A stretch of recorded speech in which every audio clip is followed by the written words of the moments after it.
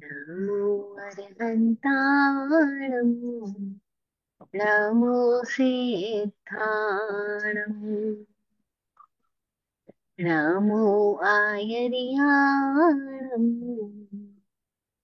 नमो वज्झायाणं नमो लोये सवसागुणम्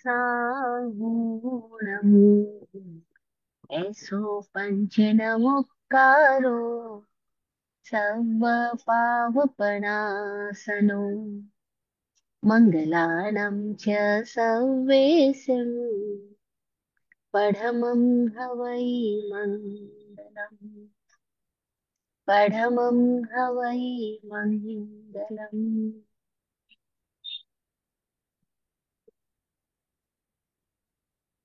ध्यानमूलं गुरोर्मूर्ति पूजामूलं गुरोर्पदम् मन्त्रमूलं गुरोर्वाक्यम् मोक्षमूलं गुरोर्कृपा मोक्षमूलं गुरोर्कृपा।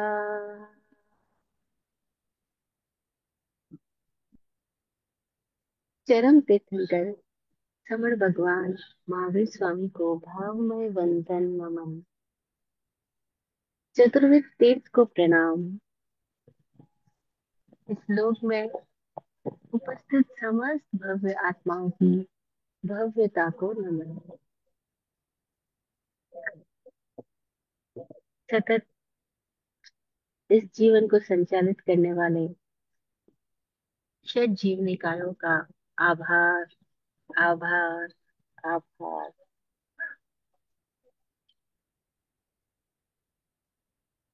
ओम।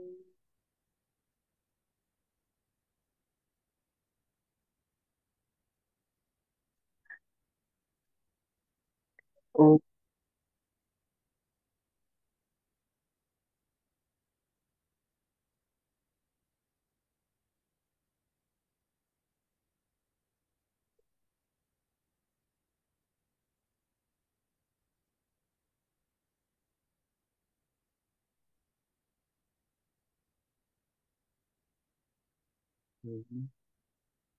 सिद्धा सिद्धिं दिशन्ति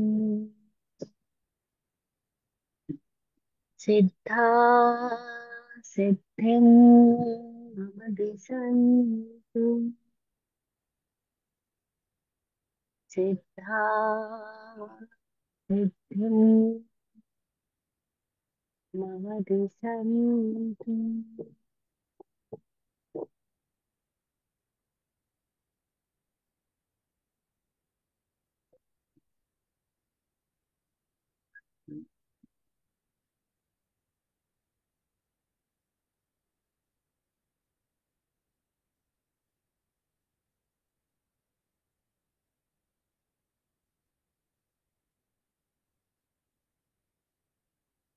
देखो,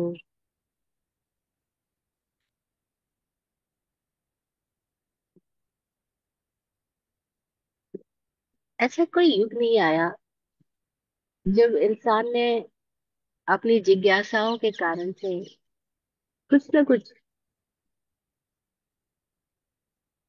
उठापटक ना की हो,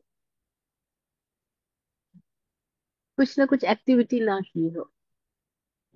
उसके भीतर जैसे क्यूरियोसिटी जन्म लेती है तो उठापटक करना शुरू कर देता है, खोज करना शुरू कर देता है। बाहर कुछ दिखाई देता है तो बाहर की तरफ भागता है, और बाहर की तरफ भागते भागते एकदम थक जाता है। कभी कभार शांत होके बैठता है,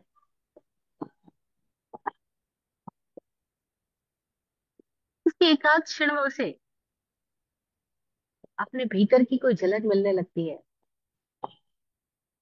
और तब उसे ये भी ख्याल आता है कि जो बाहर दिख रहा है उसका मजा है, लेकिन कुछ नहीं देखने का और आंख बंद करके बैठने का भी एक मजा है।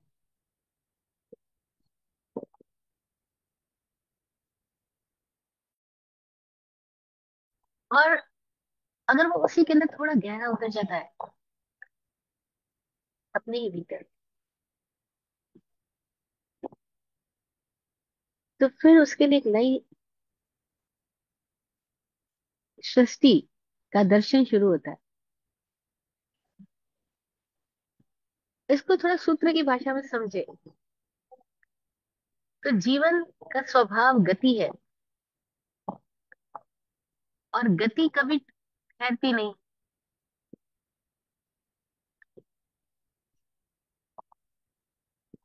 गति ठहरती नहीं है। बाहर की दिशा में अगर हम गति बंद कर देते हैं किसी क्षणों में, तो वही गति भीतर की दिशा में होनी शुरू हो जाती है, क्योंकि जीवन तो गतिशील है, गति करेगा ही। अब ये बाहर नहीं करेगा तो भीतर की दिशा में करेगा, बहिर्मुखी नहीं होगा, अंतर्मुखी होगा। और जब अंतर्मुखी होता है, तब उसके लिए सृष्टि के सारे रहस्य परत दर परत उगड़ते चले जाते।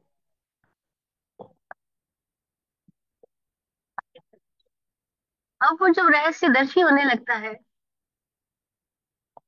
तो उसकी मौज का कोई पार ही नहीं रहता, क्योंकि अभी तो वो सुख बाहर ढूंढ रहा था, लेकिन अभी उसे पता लगता है कि बाहर के हर सुख में उसको बाधा मिल रही थी, हर सुख में कोई दूसरी प्रतिस्पर्धा थी। लेकिन एक और ऐसा सुख है जहाँ कोई प्रतिस्पर्धा ही नहीं है,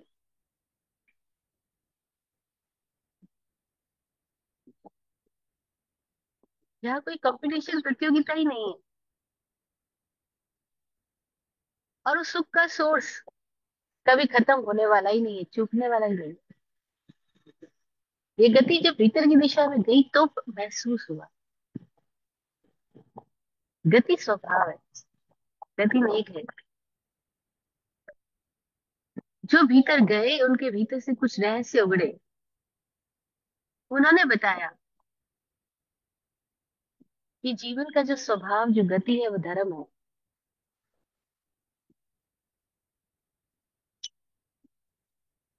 वो धर्म है, ये गति है, वो धर्म है। और ये गति है जो चेतना है, जो जीवंतता है। ये गति है जो क्षण क्षण नूतनता है।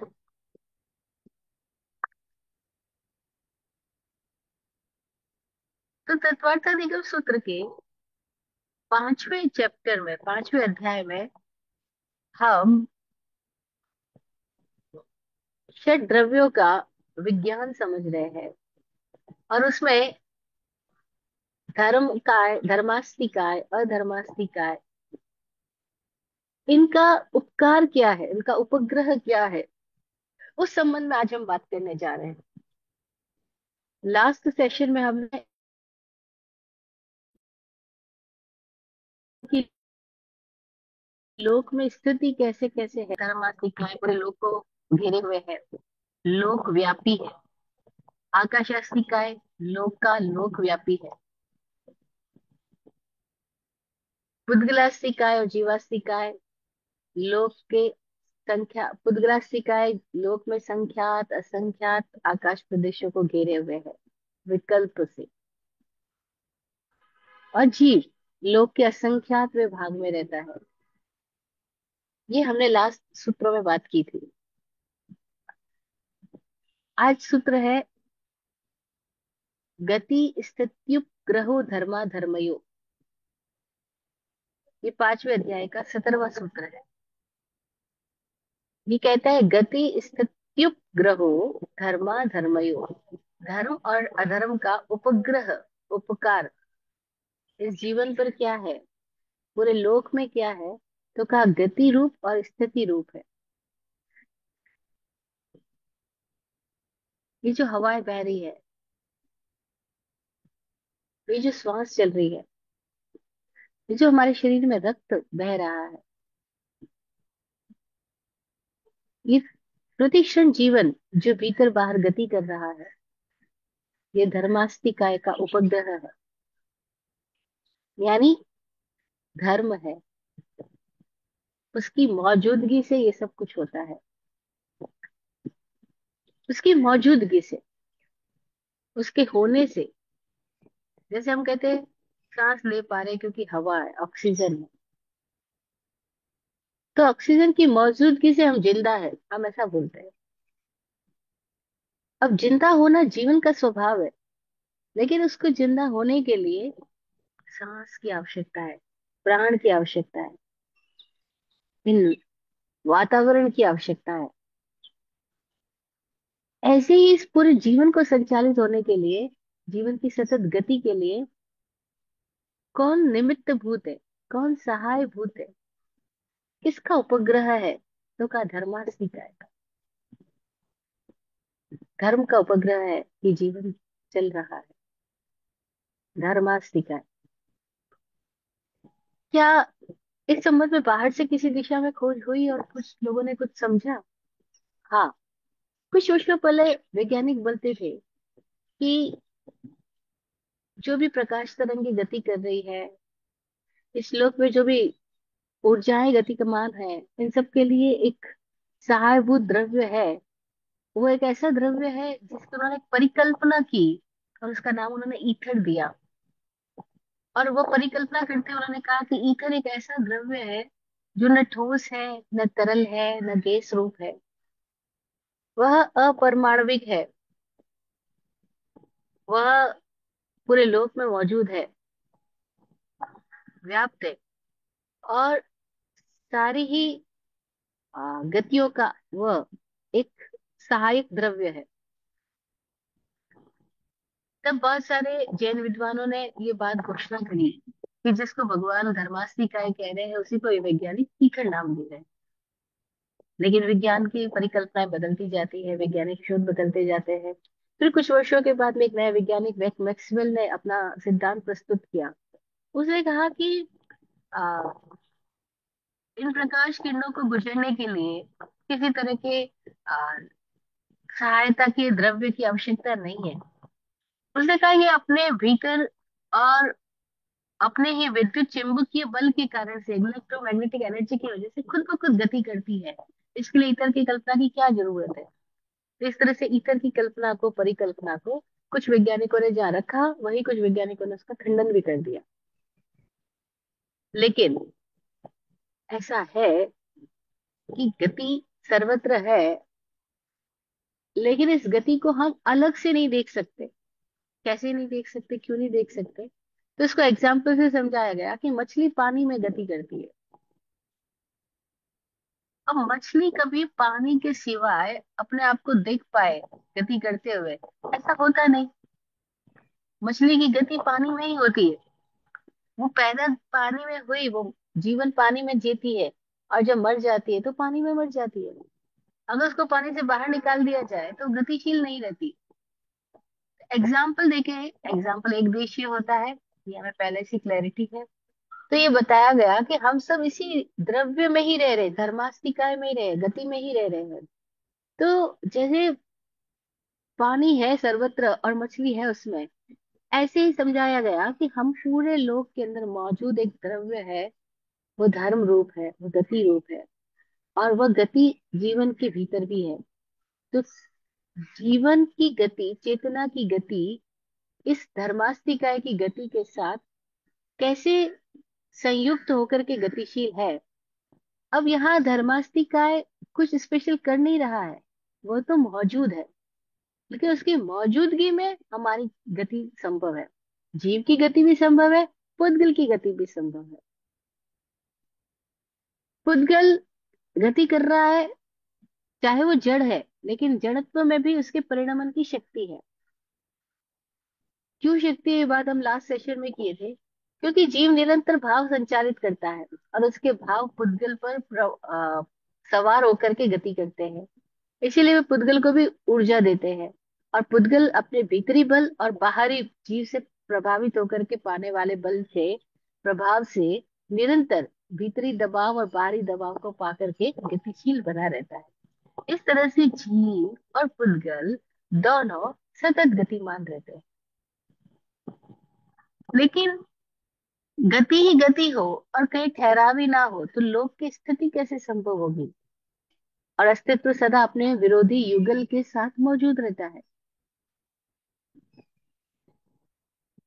प्रकाश है तो अंधेरा भी है, पतझड़ है तो वसंत भी है, दिन है तो रात है। तो धर्म है तो एक और द्रव्य है जो बिल्कुल धर्म का विपरीत गुण वाला है। उसका नाम है अधर्मास्तिक। अधर्म का उपकार क्या है, अधर्म का उपग्रह क्या है। अधर्म की वजह से चीजें अपनी गति में बाधा पाती है और ठहराव की स्थिति पैदा होती है। अधर्म की वजह से गति भी सतत है और बाधा भी सतत है, स्थिति भी सतत है। और तब क्या होता है, गति रुकती तो नहीं है क्योंकि गति स्वभाव है। गति ट्विस्ट होती जाती है, मुड़ती जाती है। और इस तरह से हमारे विभाव कल पुद्गल पर सवार होकर के, यानी कि लगातार पुद्गल को संचालित करते जाते हैं। और चूंकि ये सब सतत गति भी पाते हैं और बाधा भी पाते हैं, इसीलिए विविध विविध तरह की सृष्टि रचना सतत होती ही रहती है। तो क्या उपकार है धर्मास्तिका और अधर्मास्तिकाय का। तो कहा गति और स्थिति। धर्म गति देता है और धर्म स्थिति देता है, ठहराव देता है। और इसी वजह से ये सारा संसार सतत संचालित स्वयमेव होता रहता है। कोई ऊपर से बैठा हुआ हमें गति दे रहा हो, रोक रहा हो, ऐसा नहीं है। गति भी सतत है और ठहराव भी सतत है। समझाने के इसके लिए अलग अलग तरीके हैं। एक स्थान पर विराट गुरु जी जब ये दर्शन समझा रहे थे, तब एक पुस्तक है स्वास्तिक दर्शन, जिसको प्रकाशित होना बाकी रहा है अभी, लेकिन पूरी तैयार हो चुकी थी। तो उस पुस्तक के अंदर विराट गुरु जी की वाणी आती है कि अगर मुझे धर्म अस्तिकार और धर्मास्तिकाय को समझाना की बात आए, तो मैं कहूंगा कि अगर कोई भगवान और शैतान की परिकल्पना की जाए, तो मैं धर्म को भगवान कहूंगा और अधर्म को शैतान कहूंगा।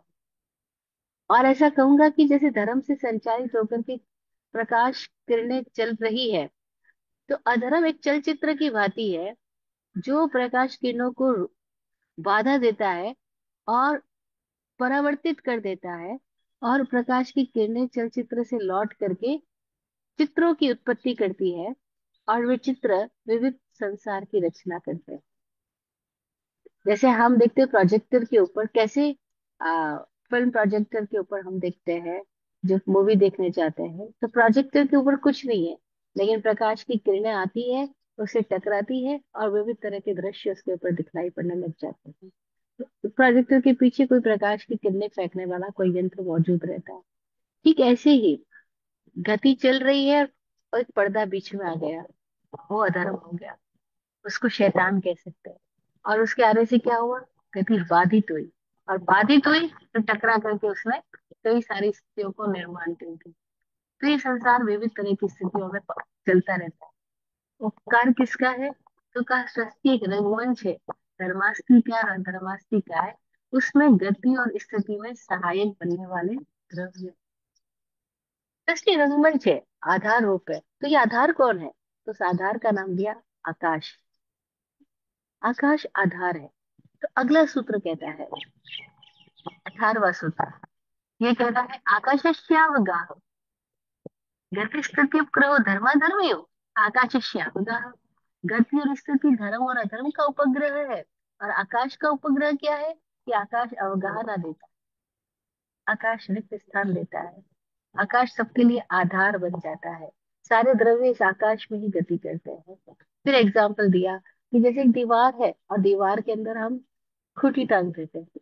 अब दीवार ठोस दिखाई दे रही थी, ऐसा लग रहा था दीवार वो दीवार है, लेकिन इसके अंदर हमने जब कील से ठोका, खूंटी डाली, तो दीवार ने स्थान दे दिया। ऐसे ही आकाश सबको स्थान देता जाता है। कितने भी एग्जाम्पल दिए जा सकते हैं।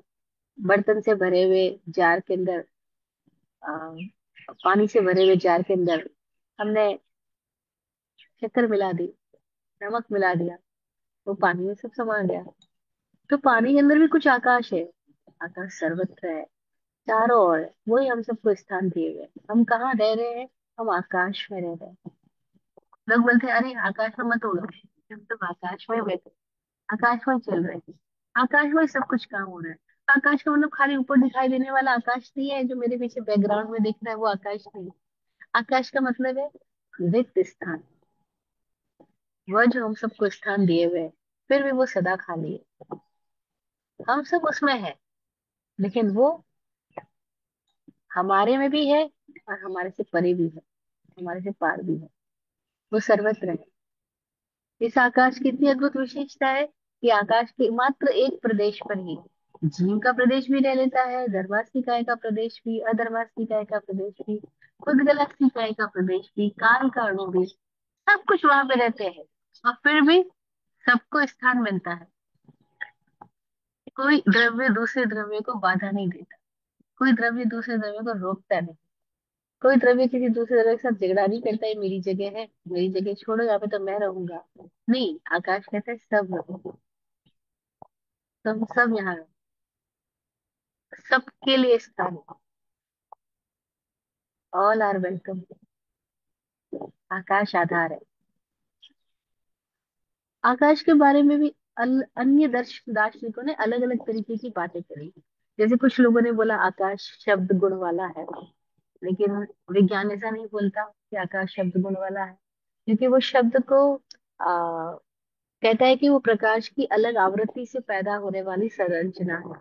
तो प्रकाश की अलग अलग आवृत्तियों से ध्वनियां पैदा होती है, और उन ध्वनियों की टकराहट से शब्द पैदा होते हैं।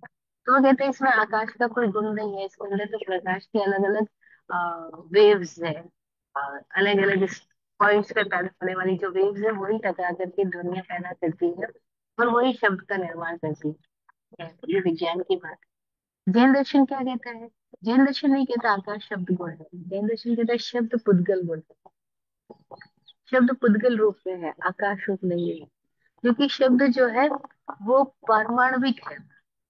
परमाणुओं के संयोग से रचना पैदा हो रही है शब्दों की। तो जैन दर्शन कहता है कि आकाश में शब्द है, लेकिन शब्द आकाश रूप नहीं है। इसीलिए कुछ दार्शनिकों ने जहाँ कहा आकाश को समझना है तो आकाश शब्द गुण वाला है, तो जैन दर्शन ऐसा नहीं कहता है। जैन दर्शन कहता है आकाश अवगाहना गुण वाला है, धर्म गति गुण वाला है, अधर्म स्थिति गुण वाला है, और आकाश अवगाहना गुण वाला है। वो स्थान देने की क्षमता जो है, जो मौजूद है, जो सर्वत्र व्याप्त है, उसी स्थान देने की क्षमता का नाम आकाश है। और वो स्थान क्यों दे पाता है? क्योंकि वो खुद कोई स्थान नहीं देता। अगर वो खुद स्थान गिरेगा तो स्थान कैसे देगा? वो स्थान गिरता ही नहीं है, वो है, बस वो मौजूद है चारों ओर। उसकी उपस्थिति में सबको स्थान मिलता है, सबको अवगाहना मिलती है, सबको एक प्लेटफॉर्म मिलता है, एक आधार मिलता है। वो बात है। अब इनको कैसे समझना? तो ज्ञानियों ने इनको अपने भीतर जाकर के भीतर के आकाश के साथ रूबरू हुए, तब उन्हें समझ में आया कि भीतर आकाश है और वो कैसा है। तब उनके लिए भीतर बाहर का आकाश एक ही हो गया। तो उन्होंने कहा कि जी,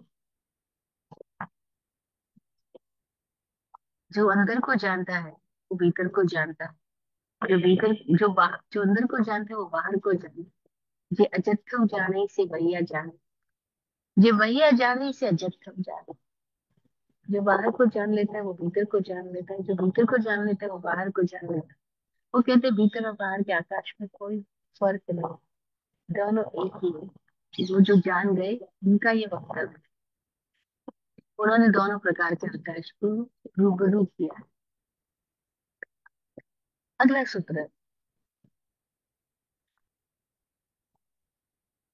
हमने 17वां सूत्र जाना गति स्थिति का उपग्रह, 18वां सूत्र जाना आकाश का क्या उपकार है, अवगाहना देना। अब सूत्र है पुद्गल का क्या उपकार है? क्या पुद्गल भी कुछ करता है? जी, पुद्गल करता नहीं है, लेकिन फिर भी करता है। ये पुद्गल बड़ा विचित्र सा है, क्योंकि पुद्गल ही है जो दिखलाई पड़ रहा है, जो पूरे संसार के अंदर दिखलाई पड़ने वाली स्थितियां हैं, वो सब पौद्गलिक है। तो ये पौद्गलिक रचना क्या है, पुद्गल का उपकार क्या है, इसी को समझना है। पुद्गल का उपकार क्या है, तो ये सूत्र कहता है, 19वां और 20वां दोनों सूत्र पुद्गल के उपग्रह के बारे में बता रहे हैं। 19वां सूत्र कहता है, शरीर वांग मनः प्राणा पाना पुद्गला नाम। और 20वां सूत्र कहता है, सुख दुख जीवित मरणोपग्रहाश्च। शरीर वांग मनः प्राणापाना पुद्गला नाम। शरीर पुद्गल है, वांग वाणी पुद्गल, मनः मन भी पुद्गल, प्राणापाना प्राण लेना और अपान छोड़ना, उच्छ्वास और निश्वास, ये भी पुद्गल। सुख दुख जीवित मरणोपग्रहाश्च। सुख भी, दुख भी, जीवन भी और मरण भी, ये सब भी पुद्गलिक होने से पुद्गल के उपकारी कार्य है, पुद्गल की संरचनाएं। ऐसा तो हमने कभी सोचा भी नहीं होगा कि क्या ये जीवन मरण ये सब भी पुद्गल की वजह से है। क्या ये श्वासोच्छ्वास ये भी पुद्गल है? हाँ जी, ये भी पुद्गल है। पुद्गल है मतलब हम नहीं है। ये कोई ऐसी अवस्था है जो पूर्ण गलन को प्राप्त होती है। पुद्गल पूर्ण गलन, बढ़ता है खाली होता है, बनता है मिटता है। लेकिन कोई भी क्षण ऐसा नहीं जब वो बन ना रहा है, और कोई भी क्षण ऐसा नहीं जब वो मिट ना रहा है। हर क्षण बन भी रहा है, मिट भी रहा है, पूर्ण भी हो रहा है, गलन भी हो रहा है, उसका नाम पुद्गल। और इस पुद्गल को कैसे पहचानना, कैसे जानना, इस पुद्गल का क्या उपकार है, या पुद्गल का की मौजूदगी को, पुद्गल के उपग्रह को कैसे समझना। तो का सबसे पहले शरीर को देखो। ये शरीर क्या है, जिसको मैं बोलता हूँ मेरा शरीर। मेरा बोलने का मतलब ही हुआ कि मैं कुछ जुदा हूं इससे, क्योंकि मैं से, मैं के विस्तार से मेरा पैदा हुआ ना। मैं तो कुछ भी नहीं हूँ। मैंने कहा मेरा शरीर। आज मेरे सिर में दर्द है, मेरे सिर में दर्द, यानी मैं अलग हूँ, सिर अलग है। तो सिर का नाम क्या है, तो बोला पुद्गल। शरीर पुद्गल। तो कितना जबरदस्त संयोग है शरीर का हमारा। तो हम अपने आप को शरीर में ही देखते हैं, शरीर के बिना कभी हमने अपने को देखा नहीं। हमें लगता है ओ यही मैं हो गया हूँ। लेकिन नहीं, ये मेरी पहचान नहीं है, ये मेरा जीवन नहीं है। ये मेरे जीवन की अभिव्यक्ति इसके माध्यम से हो रही है। इस जीवन की अभिव्यक्ति इस शरीर के माध्यम से, इस वाणी के माध्यम से हो रही है, इस मन के माध्यम से हो रही है। और ये वाणी पुद्गल है। शरीर वांग मन, जो हम बोल रहे हैं वो शब्द भी पुद्गल है। मन भी पुद्गल, जो सोच रहे वो भी पुद्गल है। इसका मतलब क्या हुआ, आई am not the mind, I am not the body. I am not the body, I am not the, मन भी मैं नहीं, यानी विचार भी मैं नहीं, यानी यादें भी मैं नहीं हूँ, यानी कल्पनाएं भी मैं नहीं हूँ, यानी मन में पैदा होने वाली वासनाएं भी मैं नहीं हूँ, ये आकांक्षाएं ये इच्छाएं भी मैं नहीं हूँ, ये शिकवा शिकायतें ये परेशानियां ये चिंताएं ये योजनाएं ये विफलताएं ये सफलताएं, ये सब कौन है? ये सब मैं नहीं हूँ। ये सब पुद्गल के कार्य है। शरीर वांग मनः प्राणा पाना पुद्गला नाम। अरे, जिन्होंने खोज की उस गहरे तक गए, उन्होंने ये जाना जो ये प्राण आ रहा है वो भी पुद्गल की ही कोई सूक्ष्म पर्याय है। इससे जीवन चल रहा है, जीवन गतिशील दिखाई दे रहा है। क्योंकि प्राण है तो हम कहते हैं जीवन है, प्राण निकल गया हम कहते हैं मर गया आदमी। मर गया तो क्या मरा, शरीर तो वैसा की वैसा पड़ा है वहां पे। ऐसा क्या घटना घटी कि हम इसको बोलते हैं मर गया। अभी तो जीवित था और अभी हम कहते हैं मर गया। क्यों? क्योंकि हम देखते हैं वो सांस नहीं ले रहा है। सबसे पहला लक्षण हमारे सामने आता है, अरे ये तो सांस लेना नहीं हो रहा है, कि सांस आ जा नहीं रही, इसकी नाड़ी नहीं चल रही है, इसकी आंख में एक पलक झपक रही है। मर गया ये आदमी, प्राण निकल गए। वो प्राण क्या थे? वो भी पुद्गल थे। पुद्गल की शक्ति, पुद्गल का ही पर्याय है, रूप है। अरे ये सूत्र ये हमें क्लैरिटी दे रहा है कि जिसको हम समझ रहे हैं मैं, वो है नहीं, वो पौद्गलिक है। और जो मैं हूँ, वो कौन है? उसको अपने भीतर जाके खोजना होगा।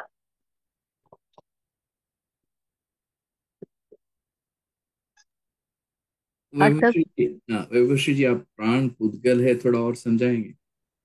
जी जी जी। देखो, जब हम सांस लेते हैं तो दो चीजें साथ में आती है। एक तो जिसको हम बोलते हैं ऑक्सीजन, हवा। दूसरा आता है इस हवा पे सवार होकर के कोई और एक ऐसा तत्व जिसको योगियों ने प्राण नाम दिया। इसीलिए प्राण वायु शब्द, प्राण वायु। अब प्राण वायु में से वायु के संबंध में तो वैज्ञानिकों ने रिसर्च करके कुछ जाना। उन्होंने जाना कि ये ऑक्सीजन लेते हैं, कार्बन डाइऑक्साइड निकालते हैं, इस तरह से उन्होंने वायु के संबंध में कुछ रिसर्च करी। लेकिन प्राण को अभी तक वो नहीं समझ पाए कि प्राण क्या है। भारतीय मनुष्यों ने जहाँ खोज करते करते वो प्राण की स्थिति तक समझ पाए, तो उन्होंने कहा प्राण है, वो विस्तार पाता है, जिससे जीवन विस्तार पाता है। प्राण संकुचित हो जाए तो जीवन बाधा पाता है, कष्ट पाता है। और उन योगियों ने तो यहाँ तक अपने अपने ऊपर एक्सपेरिमेंट करके यहाँ तक जाना कि अगर हम कोई ऐसी स्थिति में आ जाए कि जहाँ हम अपने भीतर के प्राण को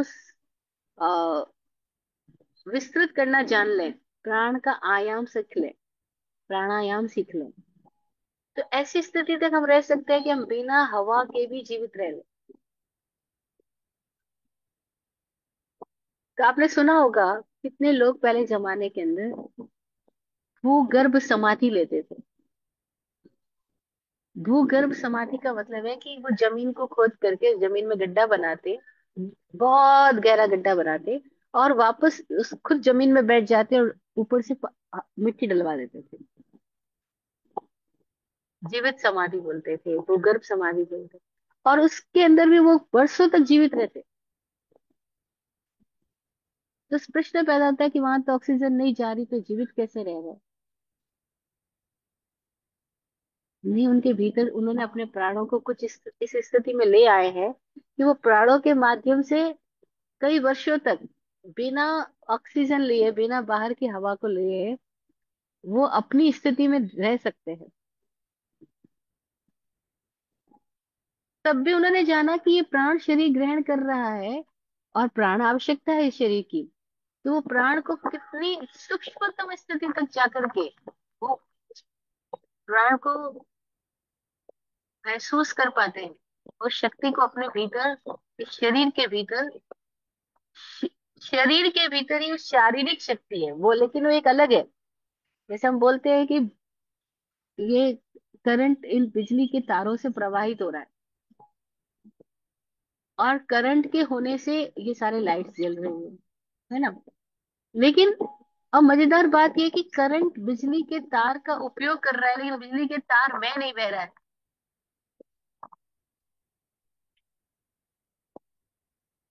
अगर हम साइंटिफिकली बात करें तो बिजली जब चलती है तो वो ऐसे ऐसे चल रही है ना। अब वो तार के अंदर नहीं जा रही है, लेकिन तार के माध्यम से ही बह रही है। ठीक ऐसे ही हमारी ये बॉडी के अंदर से कोई करंट निकल रहा है।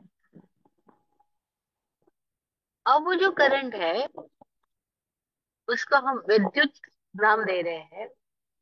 उसको योगियों ने प्राण नाम दिया। इसीलिए जब प्राण निकल जाते हैं आदमी का, तो हम कहते हैं ठंडा पड़ गया ये शरीर। शरीर ठंडा पड़ गया मतलब क्या हुआ? अब इस वजह से प्राण खत्म हो गए, विद्युत की स्थितियां निकल गई, वो जीवंतता निकल गई। लेकिन ये प्राण क्या है? क्या प्राण चेतना है?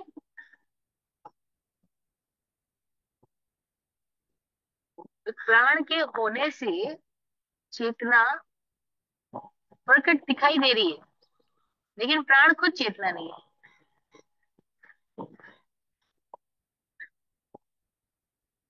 तो उन योगियों ने अपने अनुभव से कहा कि प्राण के माध्यम से चेतना गति कर रही है।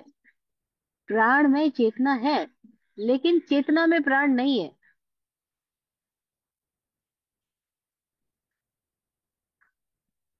प्राण एक ऐसा तत्व है जो है तो पदगलिक, लेकिन जीव और पुद्गल के संयोग से पैदा हुई वह स्थिति है कि जीवंतता प्राण के माध्यम से प्रकट हो रही है।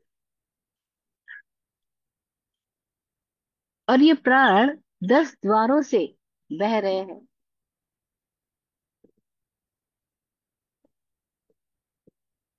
कबीरदास जी कहते हैं, 9 द्वारों का पिंजरा, तामे पंछी रहे। जैन दर्शन कहते हैं 10 प्रकार से प्राणों की स्थितियां हैं। श्रोतेंद्रिय बल प्राण, चक्षुंद्रिय बल प्राण, घ्राण इंद्रिय, रसनेंद्रिय बल प्राण, श्वास स्पर्श इंद्रिय बल प्राण, मन बल प्राण, वचन बल प्राण, काय बल प्राण, श्वासोश्वास बल प्राण और आयुष्य बल प्राण, 10 को उन्होंने प्राण बोला। और इन 10 के माध्यम से हमारा जीवन प्रकट हो रहा है,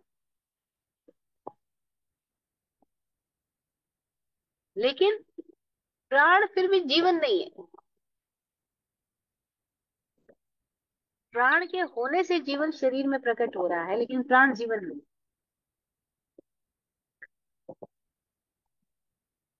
विद्युत के बहने से बल्ब प्रकाशित हो रहा है, लेकिन बल्ब विद्युत नहीं है,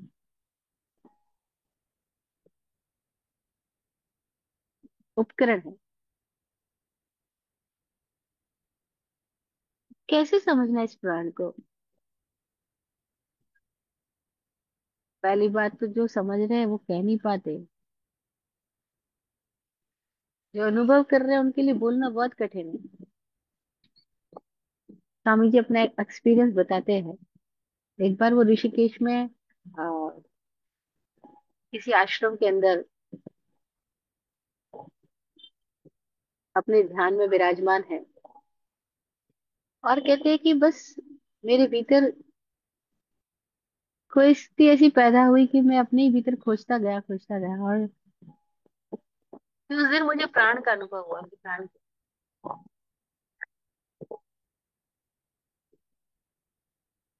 वो कहते हैं वो घंटों वो स्थिति में मैं चला गया, मुझे कुछ नहीं, बाहर की स्थिति से मैं बाहर आया ही नहीं लौट करके। बहुत बहुत समय तक मैं अपनी उसी स्थिति में पड़ा रहा, और मैं उस दिन महसूस कर पाया कि प्राण क्या चीज है। तो वो कहते हैं कि प्राण में जीवंतता है, लेकिन जीवन प्राण नहीं है। तो योगियों ने इसको प्राण को भी, जिसको कई लोग तो जीवन ही कह देंगे, उन्होंने जीवन नहीं कहा। उन्होंने कहा ये प्राण भी पौद्गलिक है। लेकिन कैसे समझना, मैं भी नहीं समझा। मेरी असमर्थता है दोनों रूपों में। एक तो वो जो अनुभव की स्थिति में जो पहुंचे हैं, उस स्थिति तक जाने के लिए भीतर में बड़ा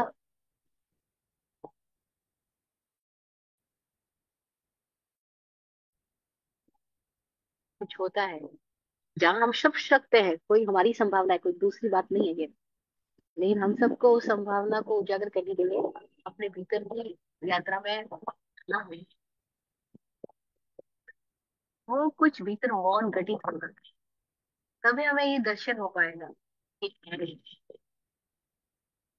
मजेदार है कि प्राण मौजूद है चारों ओर। चारों ओर प्राण मौजूद है, हवाओं के माध्यम से भी हम प्राण लेके जीवित होते हैं। खाली हवा से नहीं जीवित है, हम प्राण के साथ जीवित है। तो कुछ है ऐसा, स्वामी जी अक्सर अपनी वार्तालाप में कहते हैं कि देखो ये सबसे बड़ा चमत्कार कहाँ घटित हो रहा है, कि कैसे ऑक्सीजन हमारे भीतर जाती है और कार्बन डाइऑक्साइड बाहर निकलती है। तो ये कन्वर्ट कहाँ होती है?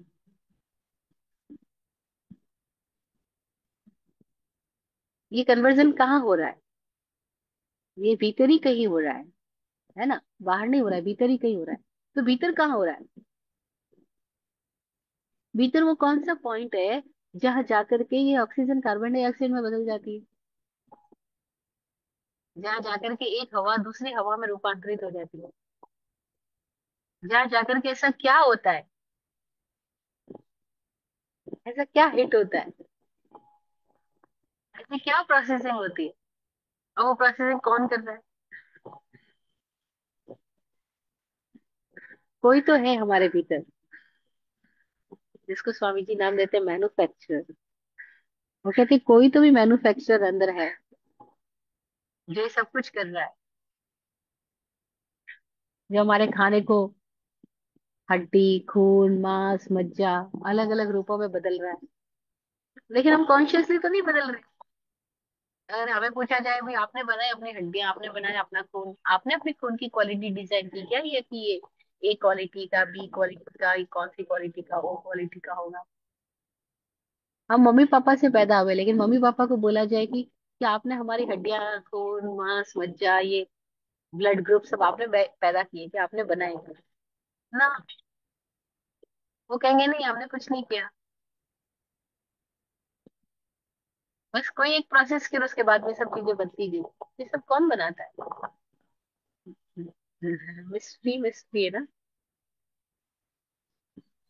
और रहस्य ऐसा है कि परत दर परत रहस्य ही रहस्य है। पूरा शरीर एक रहस्य है। इस दुनिया में जितनी भी फिलोसफी की बुक्स लिखी गई है आज दिन तक, उन सबसे ज्यादा गहरी फिलोसफी हमारी बॉडी में है। कई गुना ज्यादा। और सारी फिलोसफी पढ़ के भी जो इंटेलिजेंस डेवलप नहीं हो सकता, उससे ज्यादा इंटेलिजेंस हमारी बॉडी में है। इतने इंटेलिजेंट है ये बॉडी। ये कैसे ऑक्सीजन को कार्बन डाइऑक्साइड में बदल देती है? There is something. सूत्र इशारा कर रहे हैं हमको, खोज के लिए प्रेरित कर रहे हैं हम।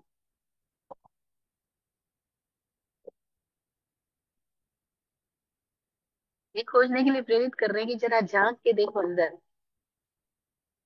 तो कह रहे शरीर वांग मन प्राणा पाना पुद्गला नाम। प्राण अपान भी पुद्गल है। जाने वाला, भीतर लिए जाने वाला प्राण भी, और बाहर छोड़े जाने वाला प्राण भी। और ये बात अभी तक साइंटिस्ट, डॉक्टर्स इस स्थिति तक नहीं पहुंच पाए कि वो प्राणों के भेदों को समझ पाए।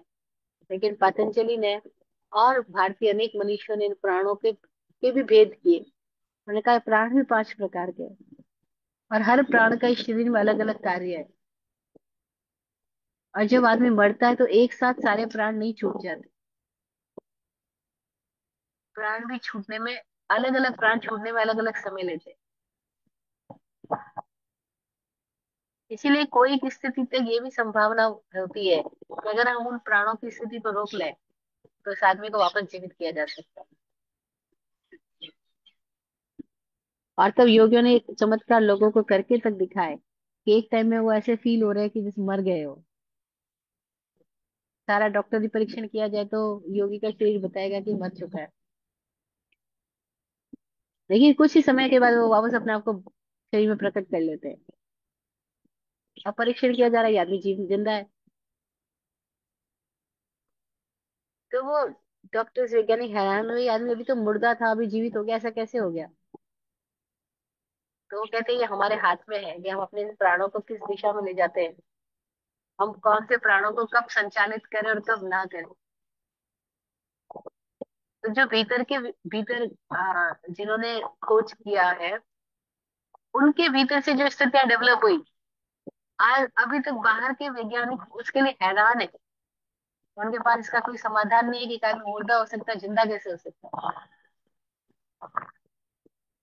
लेकिन बड़े प्रसिद्ध एक योगी हुए भारत में, जिन्होंने अमेरिका में जगह जगह जाकर के अपना खुद के प्रयोग चमत्कार दिखाया। तो वो कैसे एक चिड़िया को कुछ, कोई अलग तरह की किरणें डिफेक्ट थे, वो चिड़िया एकदम फड़फड़ाती और मर जाती। सारे परीक्षण करो, चिड़िया मरी हुई है। लेकिन फिर उन्होंने दूसरी तरह की किरणें चिड़िया के ऊपर डाली है, और चिड़िया पड़ पड़ करके उड़ने लग गई है। अरे अभी मुर्दा अभी उड़ती हुई ऐसे कैसे? लेकिन वो कहते हैं ये संभव है।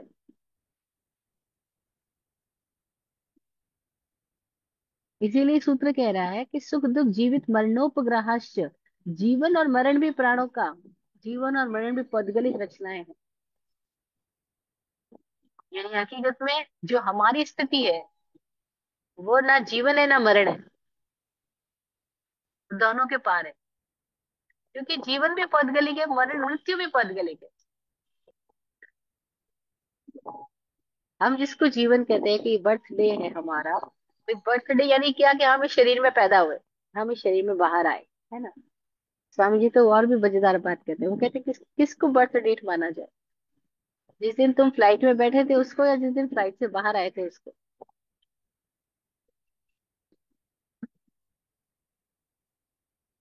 वो जिस दिन माँ के गर्भ में आए थे, फ्लाइट में आए थे, उसको बर्थ डेट माना जाए, या जिस दिन तुम माँ के गर्भ से बाहर निकले थे, फ्लाइट से उतर के नीचे आए थे, उसको बर्थ डेट माना जाए।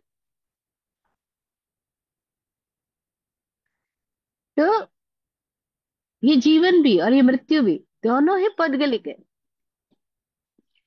और जिसको हम सुख बोलते हैं, मजा आया खाना खाते, मजा आया इतनी ठंडी हवाओं में, अभी जो मजा आया वो कैसे आया, किसको आया?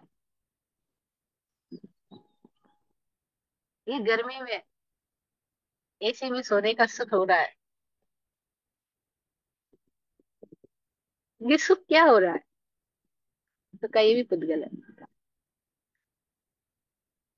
और बड़ी गर्मी है, और करंट चला गया है, अब पसीने पसीने हो रहे हैं, एसी बंद हो गया है, ये दुख आया है, ये क्या है? तो का ये भी पुद्गल है। क्योंकि अनुकूल स्थितियां मिली, भौगोलिक संरचनाओं का अनुकूल संयोग हुआ, हमको सुख हुआ। अनुकूलता नहीं मिली तो हमको दुख हो गया। तो सुख दुख जिसको हम कह रहे हैं वो भी जीवन नहीं है, वो भी पौद्गलिक है। इसका मतलब जिसको हम जीवन समझे बैठे हैं वो जीवन है ही नहीं। जिसको हम हमारा वजूद समझे बैठे हैं, हमारी हमारी अस्तित्व समझे बैठे हैं, हमने अपना अस्तित्व समझा शरीर को, तो उसको बोल दिया पुद्गल है। हमने अपना अस्तित्व समझा माइंड को, बोल दिया पुद्गल है। हमने अपना अस्तित्व समझा श्वास को, प्राणायाम को, प्राण की शक्ति को, का ये भी पुद्गल है। हमने अपना अस्तित्व समझा इस जीवन को, इस सुखों को इकट्ठा करने में हमने अपना जीवन समझा, लेकिन सब पुद्गल है। यानी ये पूर्ण का गलेगा, ये जुड़ेगा ये जुदा होगा, ये मिलेगा ये बिछड़ेगा, ये पुद्गल है। इसका स्वभाव ही ऐसा है कि इसको पकड़ा ही नहीं जा सकता। हम कितना पकड़ने की कोशिश करें, इसको पकड़ा नहीं जा सकता। एक आदमी अपनी छाया को पकड़ने की कोशिश करे, ऐसे ही इस सब चीजों को पकड़ने की कोशिश करने की तरह है। छाया पकड़ी नहीं जा सकती, ऐसे ही सब पुद्गल है, पकड़ा नहीं जा सकता। अब ये सूत्र में इशारा कर रहा है, हमारे लिए ये सूत्र हाइपोथेसिस की तरह है। लेकिन हम हाइपोथेसिस को पकड़ के बैठे रह गए तो कुछ हल नहीं होएगा, हमारे जीवन में समाधान घटित नहीं होगा। लेकिन इस सूत्र के संकेत को, इसके इशारे को समझ करके हम अपने अंदर की प्रयोगशाला में उतर गए, और हमने अपने आप के भीतर अब प्रश्न डालना पैदा कर दिया कि अब ये सुख आया ये क्या आया, दुख आया ये क्या आया, ये श्वास है ये क्या है, ये विचार है ये क्या है। मैं नहीं हूं ये विचार, तो विचार है क्या? ये क्लियर हो गया कि विचार मैं नहीं हूँ, माइंड मैं नहीं हूँ, बॉडी मैं नहीं हूँ, टंग मैं नहीं हूँ, तो ये है क्या? बस तो फिर मैं कौन हूँ? मैं जिसको अब तक मैं समझा बैठा है मैं हूं नहीं, तो मैं हूँ कौन? अरे वाह, बस ये एक सूत्र भी हमको हमारी दिशा में ले जा सकता है। और सूत्र का काम ही यही है, ये कैसे बाहर गए हुए व्यक्ति को भीतर ले जाए, और कैसे भीतर पहुंचे हुए व्यक्ति की चेतना की स्थिति को वो बाहर व्यक्त कर पाए।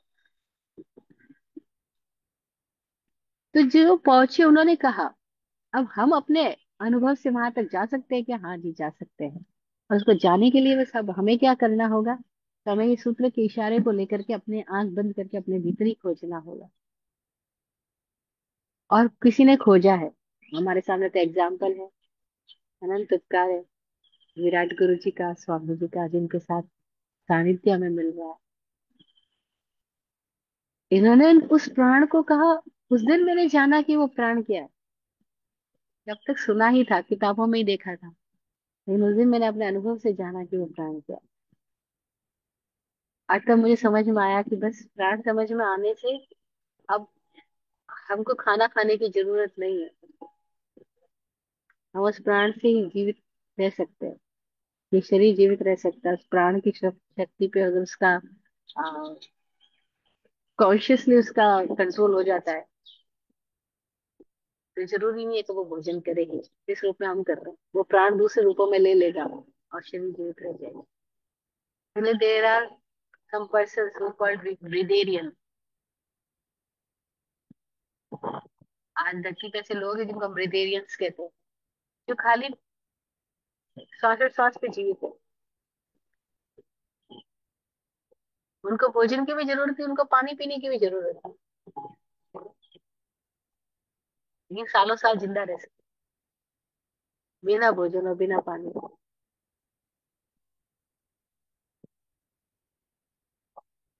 और फिर उनकी बातें सुनो तो मजेदार तर्क भी है उनके पास। वो कहते हैं ये वृक्ष कैसे जिंदा है, बस इस सूरज की किरणों को और हवाओं को ले रहे हैं। ऐसे हमारा शरीर भी सूरज की किरणों और हवाओं को लेकर जिंदा रह सकता है।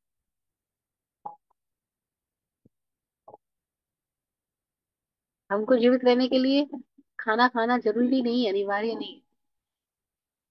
बस ये हमारी संज्ञा में चला गया, इसलिए हम खाए जा रहे हैं।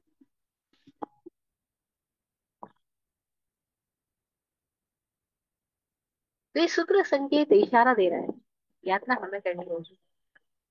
सूत्र बाइफरकेट करके दे रहा है, बाइफरकेशन दे रहा है कि भाई ये चीजें पुद्गल है, ये आप नहीं हो। शरीर वाणी मन सुख दुख श्वास निश्वास सब कुछ पुद्गल है। और पुद्गल की उपग्रह है, पुद्गल के उपकारी है, जिसकी वजह से हमारे जीवन में सारा कुछ मजा हो रहा है। लेकिन जीवन को जानना और अलग बात है। जीवन क्या है इसको समझना होगा। अब जीवन क्या है इसको समझने के लिए अगला सूत्र में हम अभी नहीं जाते, सेशन में जाएंगे। अभी यहीं तक रोकते हैं, क्योंकि अभी हमारे लिए फिर से वन वीक के लिए एक टास्क मिल चुका है कि अब मुझे इस सूत्र के द्वारा अपने आप के अंदर खोजना होगा कि ये सब पुद्गल है। I am not the mind, I am not the body, then who I M.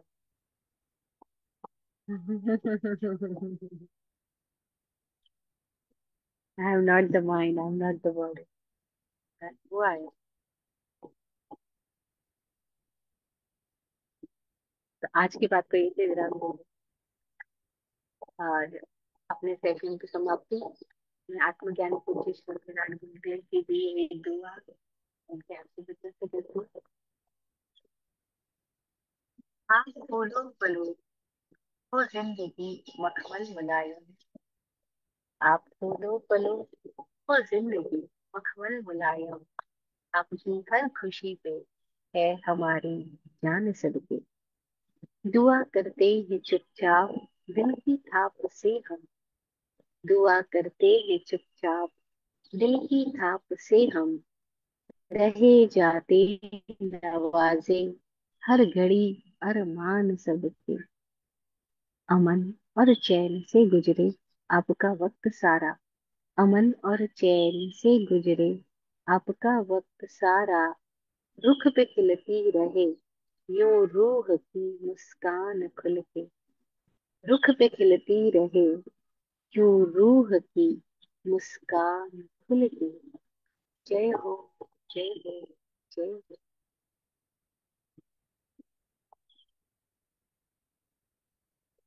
सबका कल्याण हो।